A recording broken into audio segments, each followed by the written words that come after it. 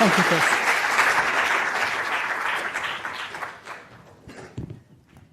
Good morning, and thank you for the opportunity to be here with you. I'm going to be doing two talks, this one this morning, and the talk the same time tomorrow. A little bit in this talk, and a lot in tomorrow's talk, I'll be asking you questions, saying, can anybody tell me, da-da-da-da-da, or does anybody know, da-da-da. And it would be great that you were brave and ventured an answer. Even if you're not absolutely sure, it sometimes helps other people get to an answer. So don't be shy, please. So I'm an astrophysicist, or astronomer if I want to sound slightly less scary. And I'm going to be talking today about how we, all of us, are made of star stuff from the stars. So I'm going to talk a little bit about the chemical elements. I'm going to then talk about the Big Bang, official name, that started the whole universe. I'll talk about how the stars create the elements, the chemical elements, about star death, and how those chemical elements came to be in us, in our bodies.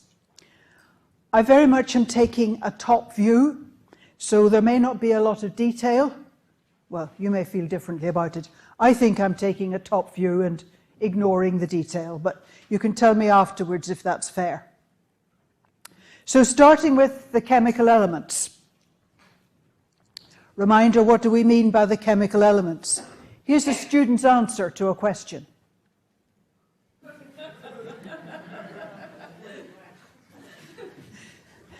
You can see where they've come from. So, the H is what?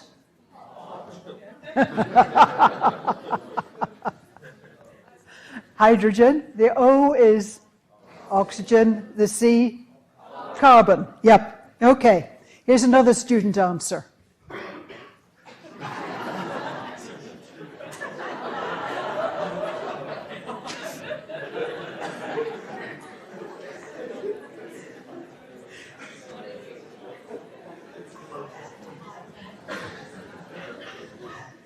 There is a website where teachers can put up some of their students' best answers, and that's where these came from.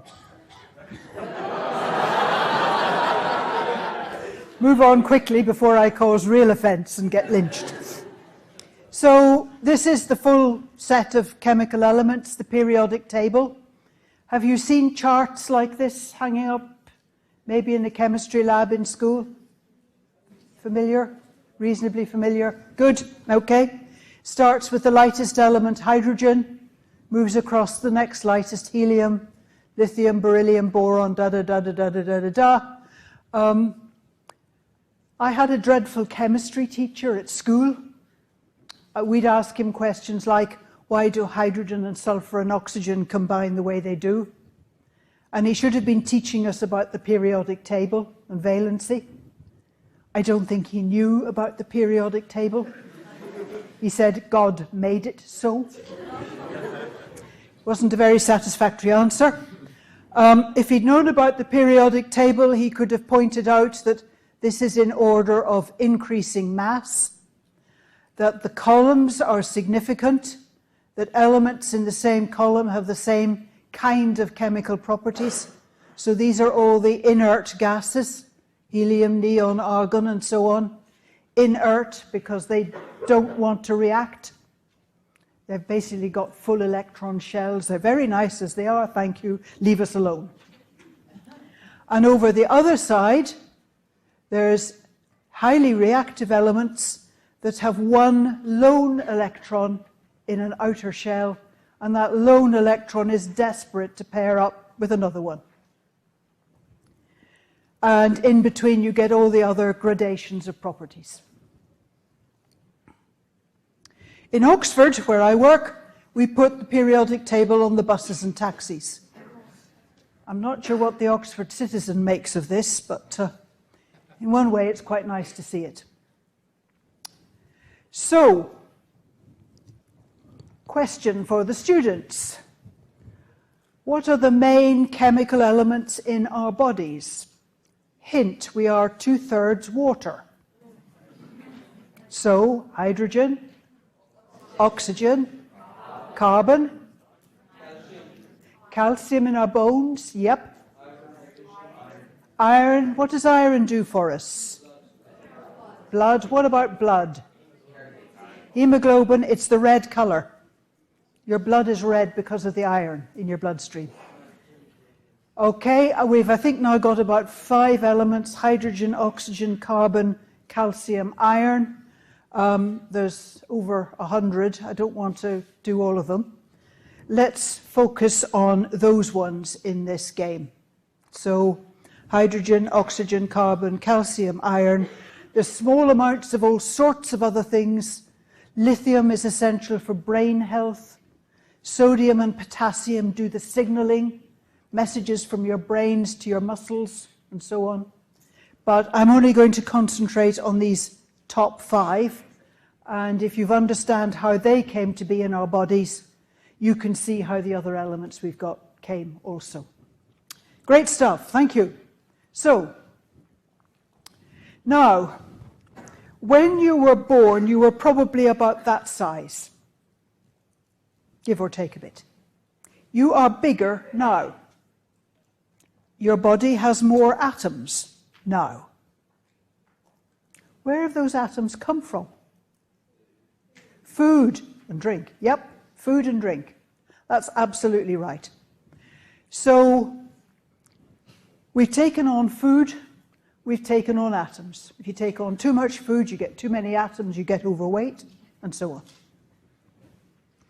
So, next question, where did the atoms in our food come from?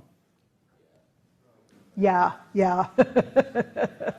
Well, we eat animals, we eat plants. The animals actually eat plants, so if we focus on the plants, we'll be doing okay.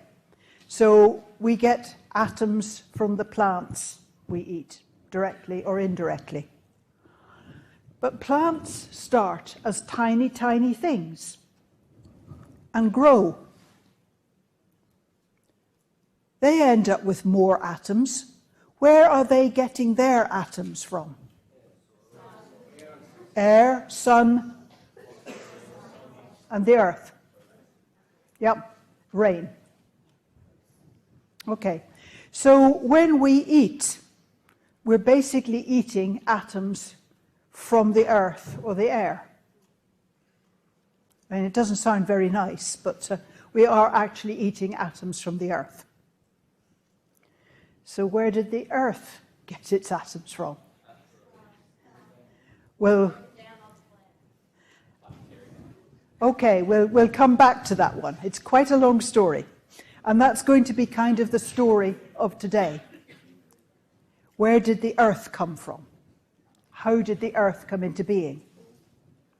What I'm not going to talk about is how life emerged, because I'm not a biologist, and I can't talk about that. But clearly life did emerge, didn't it? Here at least. So I'm going to go right back to the very, very beginning. The beginning of our universe as we understand it today. And it did have a definite birth date, about 13.7 billion years ago. And it started with what we call the Big Bang. And that is the official name, the Big Bang, spelt with capital B's. And what appears to have happened is that everything started as a tiny, tiny size, and there was a rapid expansion, like an explosion or a Big Bang, and things came into being out of that Big Bang, and we still see the universe expanding today, left over from that original explosion.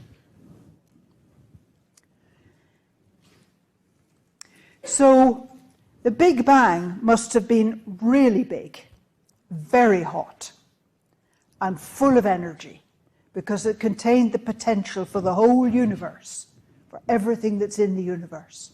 So it must have been extremely hot, and it expanded and cooled as it expanded. To begin with, there's a lot of light. There's blinding light and not much stuff. A lot of radiation and energy and brightness. But you'll be probably familiar with Einstein equation, E equals mc squared. Have you heard of that at least? Yep. That says that you can take energy, E, and turn it into mass, matter, stuff. And the amount you get is given by m multiplied by the speed of light squared. Or, incidentally, it works the other way. You can take matter and turn it into energy. But in the early universe, we've got stacks of energy and virtually no matter. So we're interested in it going in the direction it's written, E going into mc squared. After a few minutes of this expansion, the temperature's down to a cool billion degrees Kelvin. And we start getting some mass. We start getting recognizable mass, like the nuclei of hydrogen atoms and some nuclei of helium atoms and nuclei of heavy hydrogen. Now, the nucleus of a hydrogen atom is dead simple. It's one particle that we call a proton. The nucleus of helium is a bit bigger, and it involves another kind of particle called a neutron. So we've got protons and then neutrons forming as well to make the nucleus of a helium atom. Heavy hydrogen, there's two kinds of heavy hydrogen, deuterium and tritium. Deuterium is one normal hydrogen nucleus, one proton, and a couple of neutrons. No, one neutron. Whereas tritium is one proton and two neutrons. But it's the proton that carries the positive charge, and that's what makes the chemistry. So it's rightly called hydrogen, or heavy hydrogen. So from soon after the Big Bang, we've got hydrogen and some helium. And nothing else in all those panoply of chemical elements. So it wouldn't be much good for us. No calcium, no oxygen, no carbon, no iron. In fact, of our list, there's just the hydrogen showing, because we don't have helium in any significant way in our bodies. Yeah. Now, different style of photograph, of slide. I know people from Britain will know the kid's story about Goldilocks and the Three Bears. Is that probably known in Australia? Mm-hmm. USA? Right, but probably not China, not Thailand. India has it? Right, okay. For those who aren't from those countries, this is a story for small children about a little girl with golden locks, golden hair. And she goes and visits the home of the three bears while they're out. The three bears are Daddy Bear, Mummy Bear, and Baby Bear. And they're out for a walk, but they've left breakfast on the table. And Goldilocks tries Daddy Bear's chair, Mummy's Bear chair, Baby Bear's chair. Baby Bear's chair's good, it's the right size. She tries their beds. Same sort of thing. Baby Bear's thing's just right. She tries their breakfast porridge. Baby bear stuff is just right. Scientists can sometimes be a little whimsical, and this is an example. When the conditions are just right for something to happen, we call it a Goldilocks effect. And it's that idea, conditions are just right. So in the early universe, there is a Goldilocks time interval, which I've marked here. This is time across the way. The Big Bang is off to the left. Today is off to the right. This is 1 second after the Big Bang. This is 3 minutes after the Big Bang. And between 1 second and 3 minutes after the Big Bang, conditions are just right for the nucleus of hydrogen atoms and the nucleus of helium atoms to form. Before 1 second, everything is very hot and very dense.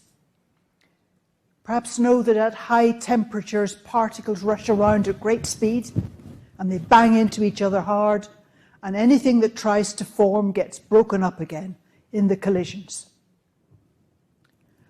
After 3 minutes, the universe has expanded so much, the particles not only don't bang into each other, they never meet. They're now so far apart, they never get to join up. And they're going slowly, so they're unlikely ever to meet up.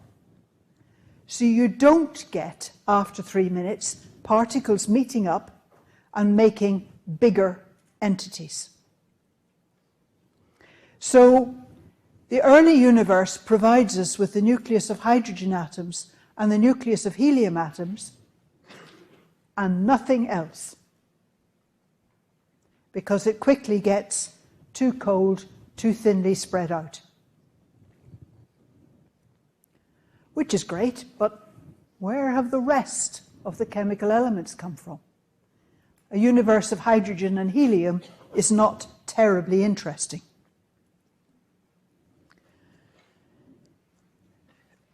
I've actually been talking about the nucleus of hydrogen atoms and the nucleus of helium atoms. The electrons join them to make atoms only about 400,000 years after the Big Bang.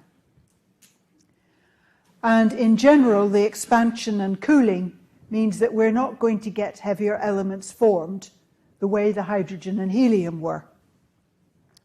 So we have a big question. Where did the other 100 or so chemical elements come from? And the answer is from the stars, amazingly. So I'm going to now give you an overview of the birth, life and death of a typical star. So we're moving into astronomy proper, having dealt with the Big Bang in as much detail as I'm going to do today. So this is a photograph of part of the Orion Nebula. It's one of the bright constellations in the sky. You can see it from Australia, you can see it from New Zealand, as well as seeing it from the Northern Hemisphere. There's a very bright star here. This is one of the stars that marks Orion's belt. And if you're from the Northern Hemisphere, this is the star at the left-hand end of the belt.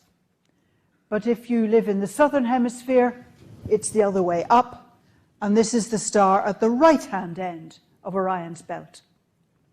But near that star, you need a telescope to see it, is this funny little feature, which looks like the head of a horse. So the whole thing is called the Horsehead Nebula in the constellation of Orion. Incidentally, deviating a little bit, you perhaps can see there's a nice pair of spikes on this star. You can see them on that star, see a pair of spikes on that star, pair of spikes on that star. These spikes aren't in the star itself. They're caused by something in the telescope that you're using to look at the star. Inside the telescope, there's a big primary mirror, and a small secondary mirror. The secondary mirror is held in place by 4 spikes. And it's those 4 spikes and diffraction around them that give the spikes on a star. For those of you from Christian countries, Christmas cards quite often contain a picture of the Christmas star, the Star of Bethlehem. And quite often it's shown in a cross shape. They didn't have telescopes at the time of the birth of Christ. They would not have seen the star with a neat cross shape at that time. So this is an instance where the timescales have got mixed up. It's good theology, but it's not good science. Those cross shapes are produced in the telescope. What else irrelevant stuff can I talk about? This pink stuff. You find lots of astronomical photographs with pink splodges. It's clouds of gas. It's clouds of hydrogen gas. Have you ever looked in a school laboratory at the spectrum of a hydrogen lamp? Is that something you've done? 1 or 2 have. If you look at the spectrum of a hydrogen lamp, you'll find it's got a nice strong red line, that sort of colour, and then some blue and violet lines. This pink splodge that you often see in astronomical photographs is hydrogen shining in that red spectral line. So when you see a photograph with a pink splodge in it, you say, "Ha, hydrogen!" And you'll be right 98% of the time. So that's worth remembering. So that's hydrogen. Faint hints of hydrogen around here. Lots and lots and lots of stars in the upper part of the photograph. People near the front can perhaps see not so many stars in the bottom half. Really very few. That's because this dark material, including the horse's head, is a bit like a curtain drawn across the sky. It blocks out the light from the stars beyond it, and you only see the stars on the near side of the curtain. It's called a dark cloud, or to be slightly more informative, a dark molecular cloud.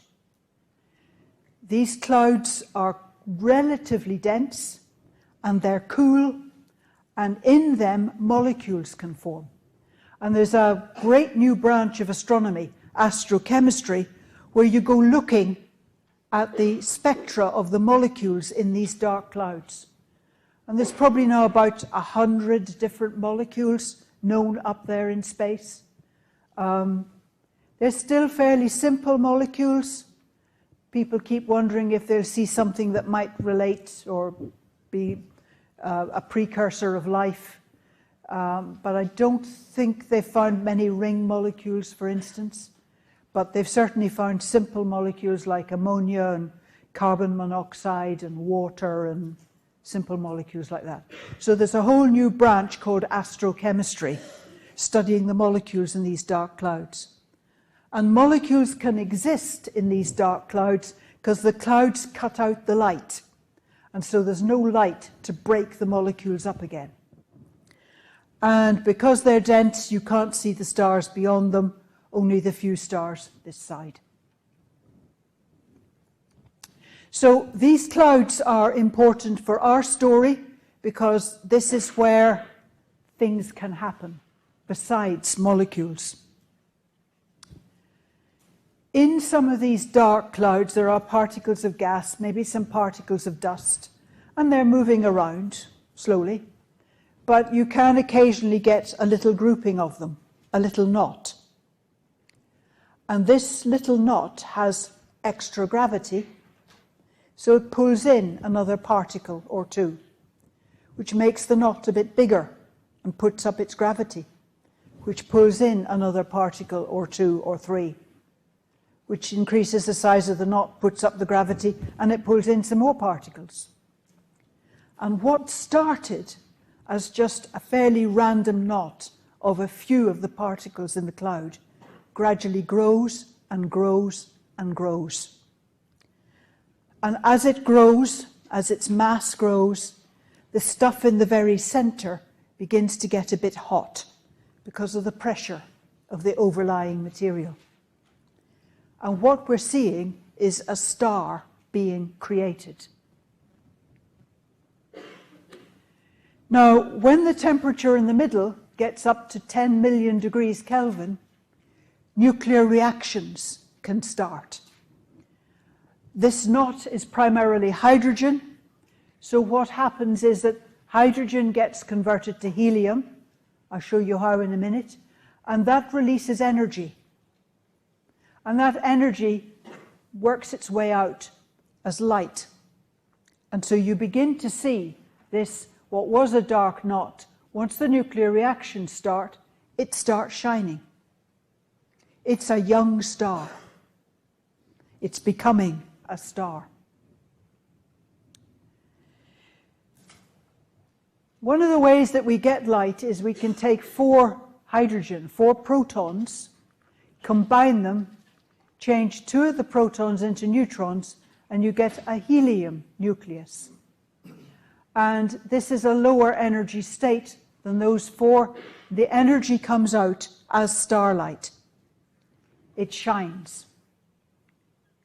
In a typical body like the Sun, this is what's going on at the moment, and it can continue like that for about 10 billion years. But the Sun cannot carry on forever. When it's about 10 billion years old, it's beginning to run out of hydrogen, and its core is becoming choked with helium nuclei.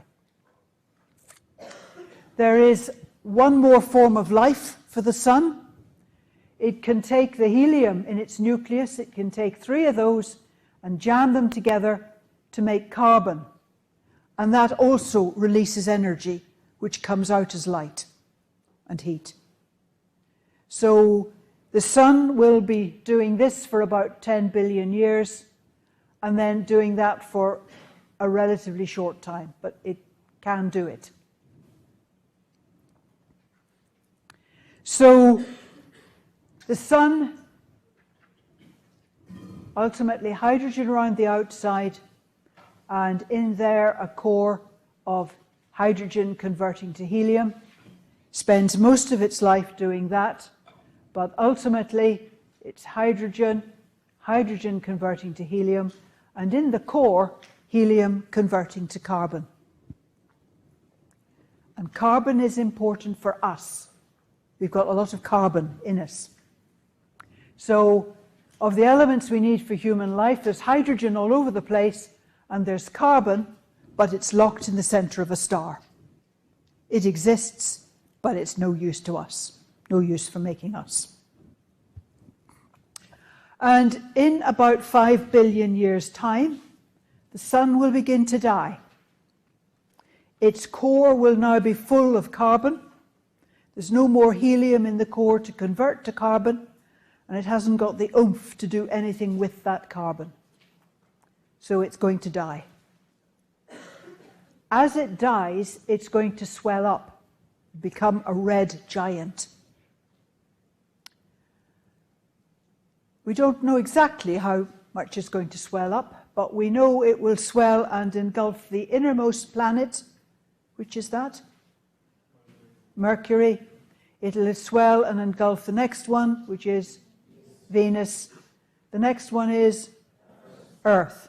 Whether it swells sufficiently to engulf Earth or just comes very, very close, we can't do the sums most accurately enough. Either way, in about 5 billion years, the Sun will swell up so much and come so close to the surface of the Earth that Earth will be uninhabitable. And if there are still people on Earth, they're going to have to find another Earth round some other star, preferably uninhabited, and organize a mass migration. Everybody in spaceships. plus food, plus DNA copies of everything, and migrate to the new Earth and the new Sun. And it will take several generations, and it will take a lot of international cooperation. The people who leave Earth will die on the spaceships, don't know. There'll be several generations who live and die on the spaceship, and the generation that reaches the new Earth will not have known the old Earth.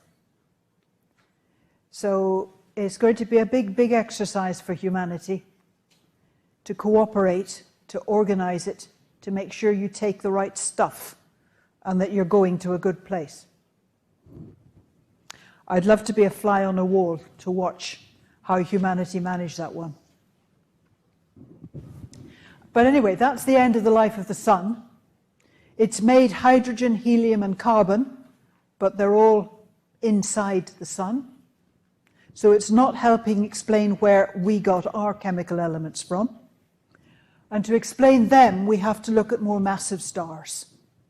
The Sun is a pretty boring, bog-standard star, but there are some more massive ones, like Betelgeuse in the constellation of Orion, or a group called the Pleiades. These are they. These are much more massive. Because they're more massive, they've got a hotter central temperature. Because they've got a hotter central temperature, all the reactions are going faster and they shine brighter. So Betelgeuse, for instance, is incredibly bright and it's almost near the end of its life. It's been going so fast. It's actually only about 10 million years old, Betelgeuse, whereas our Sun is about 5 billion, no, not quite 5 billion, but 14 billion. Betelgeuse is 10 million years old, and it's probably only got about 1 million more max to go. And that's simply because it's bigger, more massive, hotter central temperature, doing the reactions faster. But because they're bigger and hotter, they have more stages as well. So we left the Sun with carbon here. These bigger stars can take the carbon and convert it to neon and release energy, and sodium and magnesium, and all these release energy. And will keep that big star shining for about 600 years. Not actually very long on an astronomical timescale. And then it's run out of carbon, but it's got neon, sodium, and magnesium. It can take the neon and convert it to oxygen and release energy.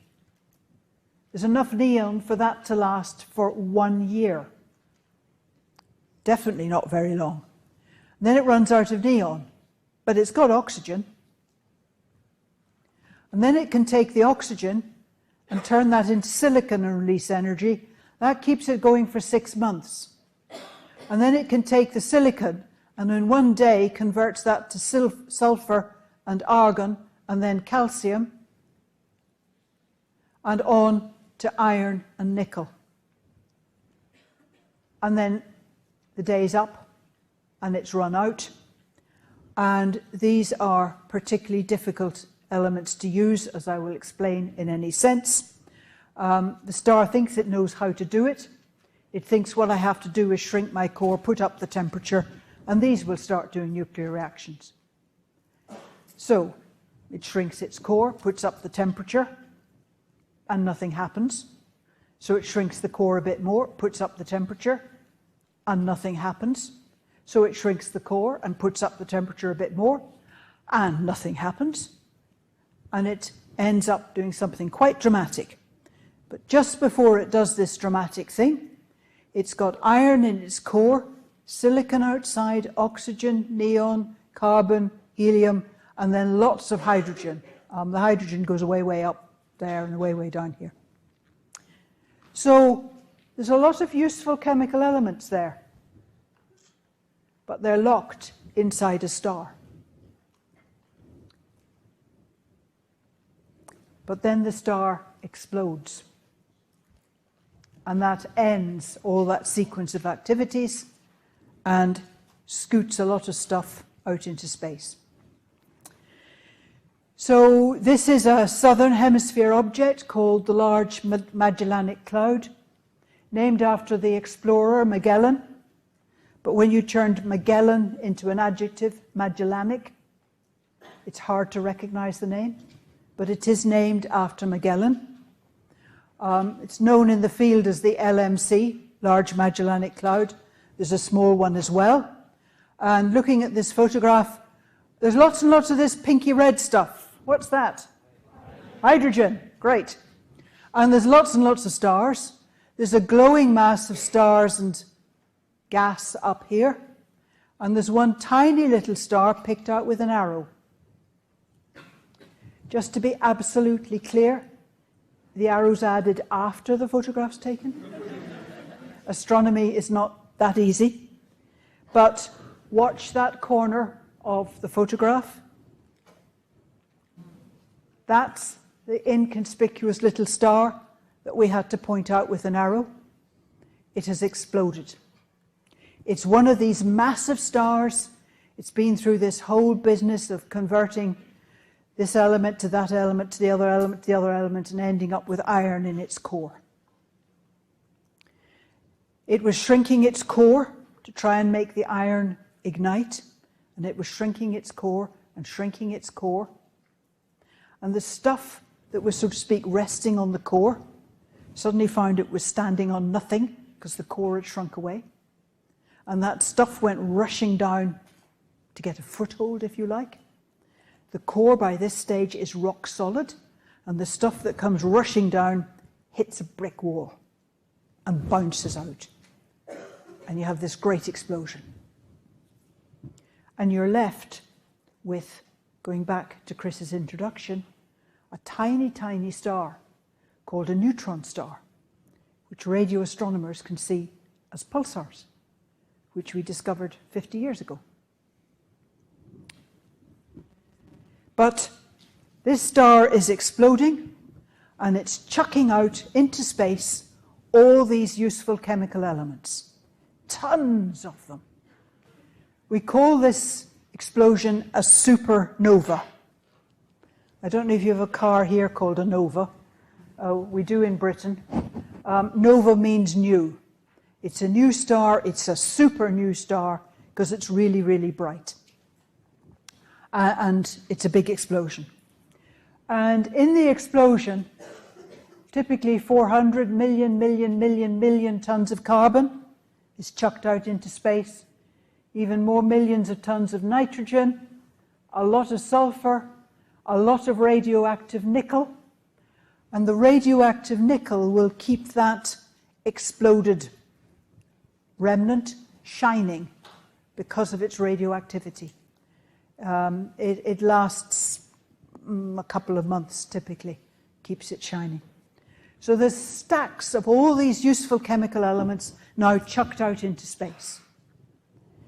So the universe has, through these big stars, created the chemical elements that we need for our life, and the explosion has also distributed them through space.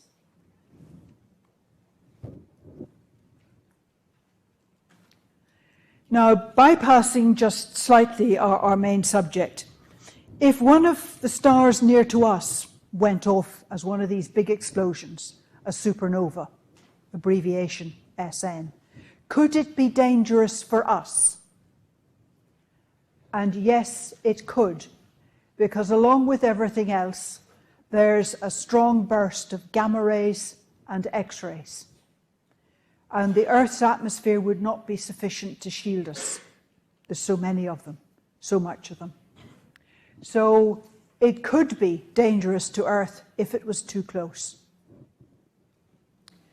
There have been supernovae in the past. It's not clear to us that there have been any close enough to cause trouble. And there will be supernovae in the future. The one that's most likely to go off next is this star Betelgeuse, Betelgeuse, which is in Orion.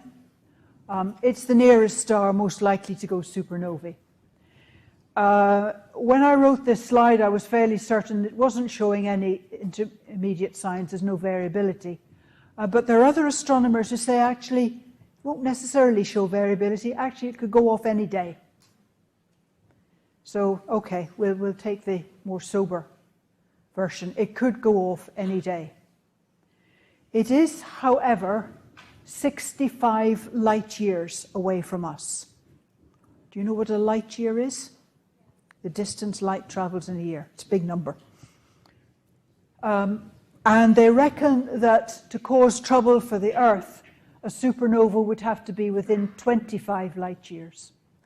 So at 65 light years away, that's probably okay. And we don't know of any star within 25 light years that could go supernova. We would be looking for a nearby, very big, very bright star. And there ain't. Betelgeuse is the nearest very big, very bright star. So we don't expect to have problems with a supernova going off close to us. Now, I'm going to flick back quite a few slides for a moment to the last periodic table. We ended up having created most of the elements up to about here, but none of these. And there's some nice things here. There's gold, and there's silver, and then there's the radioactive things like uranium, and there's tungsten, and all sorts of useful things which exist, but I haven't yet explained how they come into being. I've left this story here. I'm going to pause in our story, having told you about supernovae exploding and spreading out the elements they've created. I'm now going to insert another story about how we get the heavier elements. And I'm going to focus particularly on gold, just because it's really rather lovely stuff. So, creating the heavier elements, like gold.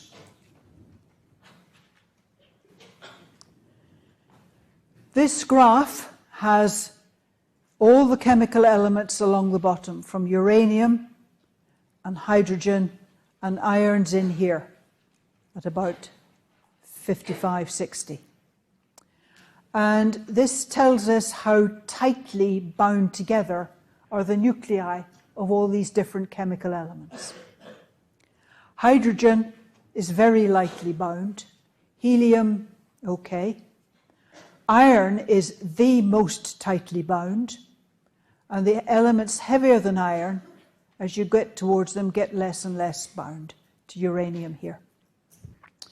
But to build any elements bigger than this, starting from iron, you need energy because you're going uphill. But in one of these explosions, these supernovae, there's energy to spare. So we get these heavier elements in the explosions, out of the energy of the explosion, starting with the iron and basically tacking more bits onto the iron nucleus to make each of the heavier nuclei.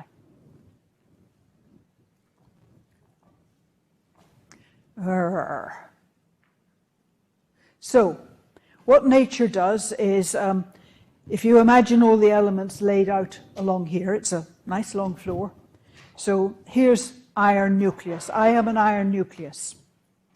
To make the next biggest element, I tag on another particle, a neutron or a proton, and become the next biggest element. And to make the one after that, I add another proton or a neutron, or maybe even a helium nucleus if I'm being really brave, and step up. And from this, I can step up again, and step up again, and step up again, and step up again. Which is fine, except as you probably know, some nuclei are radioactive and disintegrate. And this one's radioactive. I don't know that, so I do the old game, I tag on another bit, and suddenly, psst, and I'm way down here. Actually, there's two of me, but one will do. Slow learner, tag on a bit, tag on a bit, tag on a bit, tag on a bit, tag on a bit, tag on a bit, tag on a bit, tag on a bit, tag on a bit. And you can do that a lot of times, and the same thing happens. So how does nature build past a radioactive nucleus to get the heavier ones? I think I've probably said all of that. So how does nature get past an unstable nucleus? Right. British pastime. At the weekend, go out for a walk in the countryside. Maybe you do it in some other countries as well, but we certainly do it in Britain. And you come to a river or a stream, and if you're lucky, there are some stepping stones, and you can step your way from stone to stone across the river and then carry on walking. Fine. These look pretty good, stepping stones. Sometimes you have to kind of make your own. You know, there are some rocks in the river and you step from one to another. Suppose you're doing that and one of them's wobbly.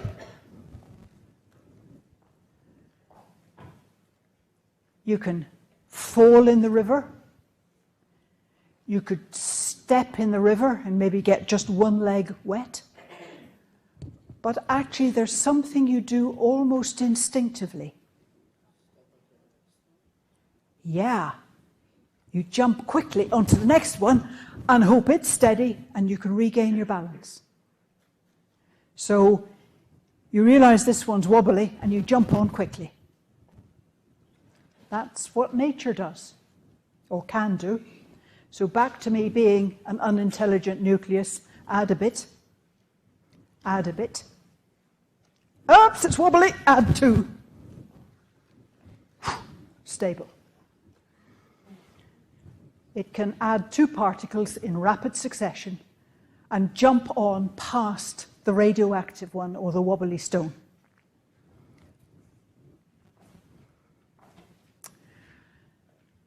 So if you're going to add two particles quickly, you need a good supply of particles. You need lots of particles to have a chance of being able to grab two almost at once. So this will only work where there is a good flux, a good number of particles. So here we are, here's a nucleus, here's lots of particles around. And one of the places where there's lots of particles is in these exploding stars, the supernovae. And until very, very recently, we all taught each other that it's during these explosions that there's sufficient particles that you can get past the unstable elements to build the bigger nuclei. There is now some doubt as to whether there's the right conditions for long enough to create some of the heavier elements, particularly nice things like gold and platinum. And the hunt is on to find a bigger, better, bangier thing. And there are some ideas around. Clearly this will make a lot of the chemical elements, but whether it makes the really exotic ones is unclear at the moment. We just don't know. But there is now a slight question mark over that for some of the biggest elements. We don't know what it is, but we've given it a name. Supernova isn't big enough, it's a hypernova, whatever a hypernova is. Probably lasts very short time, probably has a big flux of gamma rays. It's really energetic, really lethal. Hypernova we've talked about. But the current idea is, remember me saying that in the supernova explosion, the core became one of these neutron stars or pulsars. You can get two neutron stars or two pulsars orbiting each other. They will gradually spiral in, and when they hit each other, when they merge, it might be one of these hypernovae, whatever that is, which will make some of the heaviest elements. It will be a short duration event and something that we call transient, and likely distinctly catastrophic. Whatever it was beforehand, it ain't by the time the explosion's over. Now, that's for the heaviest elements. I want to go back to a supernova explosion and the calcium and the carbon and the so on that got made in that, the iron that we need for our bodies, and explain how we understand the formation of Earth came about and how we got that stuff. And I'm going to do that by a bit of a mime, which I hope also will be revision. So over here in this part of the galaxy, there is a dark cloud. There are particles milling around. We get a little random knot. It has extra gravity. It pulls in some more particles. It gradually turns into a star that shines. Brrr. To save time, if you don't mind, this is going to be one of these massive stars. It's not an ordinary one like the sun. It's 10 times, 20 times the mass of the sun. So it converts hydrogen to helium. Run out of hydrogen. Starts converting helium to carbon. Runs out of helium. Starts burning the carbon. Runs out of that. Starts burning the next thing. Vroom! It's gone supernova. And the calcium, the carbon, the iron, and so on that was inside this star gets kicked out into space. There's millions and millions of tons of it, but space is a big place. Some of that calcium and carbon and iron gradually trickles over here into another dark cloud, another part of the galaxy.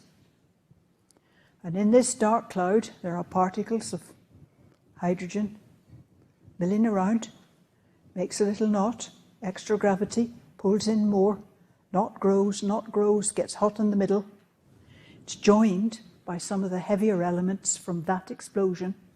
So this is a bit enriched already with some of the heavy elements.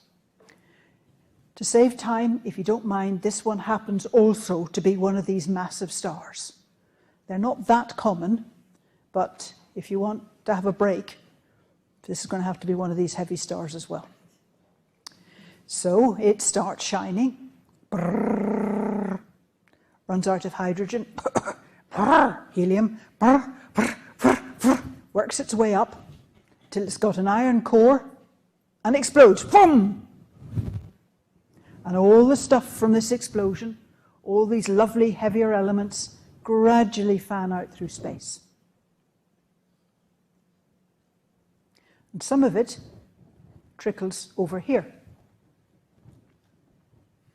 to another dark cloud, where there's a star called the Sun beginning to form. The stuff that's here already is enhanced by stuff from that last explosion and from the previous explosion. So speaking rather loosely, it's doubly enriched in the heavier elements. Not literally, but it's got extra of the heavier elements. And you know what's going to happen. Particles milling around, little knot forms, extra gravity pulls in more particles, knot grows, star starts shining. Brrr. That's our sun. Not all the material goes into the sun. Some is left over and forms a disk around the young sun, like a giant version of Saturn's rings. And the particles in this disk go round and gradually start banging into each other and making bigger planets. Mercury, Venus, Earth, Mars, Jupiter, Saturn, Uranus, Neptune. Not Pluto, and not all the other stuff beyond it. And I'm slightly unclear about where the asteroids came from, so I've just not talking about them. And so these planets are made of the same stuff as the Sun, basically. Because the Earth's gravity is not fantastically strong, it's actually lost some of its lighter elements like hydrogen and helium. But initially, it was the same as the Sun. And the Sun is made from this stuff here, plus some stuff from that explosion, plus some stuff from the explosion before. It's doubly enriched. The Sun is actually, in terms of all the stars in our galaxy, a late comer, a Johnny come lately. So it will be more enriched in the heavy elements than some of the other stars. But I doubt it's unique in that respect. There will be other stars with heavy chemical elements as well. And one of the things we are now finding is that many, many stars in our galaxy have planets. And many have multiple planets, planetary systems. And they all seem to look different, is kind of where our understanding is at the moment. But if you look up at the night sky, you see lots of stars. You should say to yourself, there are as many planets up there as there are stars, and maybe more. So whether we are alone or not, I don't know. I can't tell. But there certainly are lots and lots of planets. So we are made from stuff of the Earth, and the Earth is made from the hydrogen and helium gas, plus the heavy elements that are created in these supernovae. So you have in your bodies a lot of atoms, or at least the nuclei of the atoms, that were forged inside these exploding stars. You are totally made of star stuff. You're stars. Congratulations. And thank you for your interest.